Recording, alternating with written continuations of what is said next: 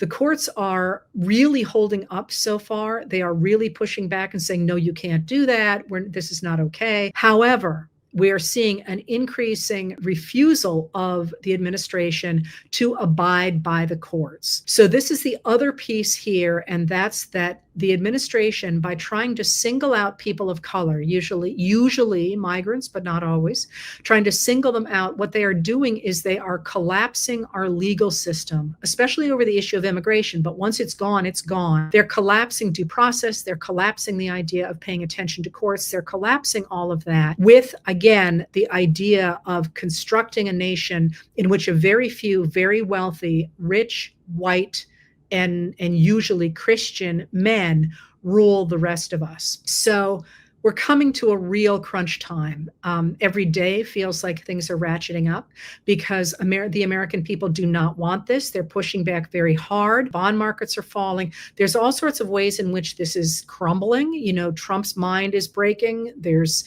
Things are not good over there. At the same time, there are enough enablers in Congress for them to be able to do things like are in this bill to say that you essentially can't hold somebody in contempt of court unless you have put up a bond before you sued. And that's going to make it extremely difficult for courts to have any teeth in their findings that the administration is in contempt of court. And currently 3 judges are saying they think that the administration's in contempt of court. So just as that is processing, the Republicans are trying to say, whoop, we'll take that away so that you can't actually stop the Trump administration from doing this. So the courts are going to need help.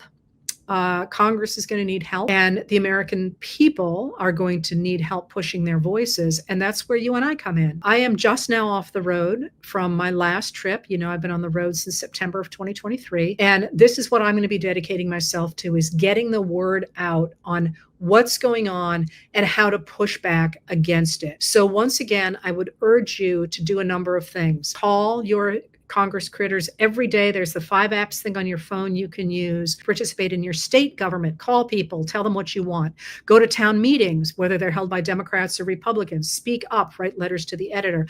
And definitely get involved at the national level. Now, that's not all you can do. You can also make sure that you spread videos on social media. You spread information on social media. You push back against lies on social media. But now I'm going to say something I haven't said before. I talk a lot about changing the public conversation. I talk a lot about joy. But I'm going to add art. If you think about what has spread protests around the world, art is always central to it.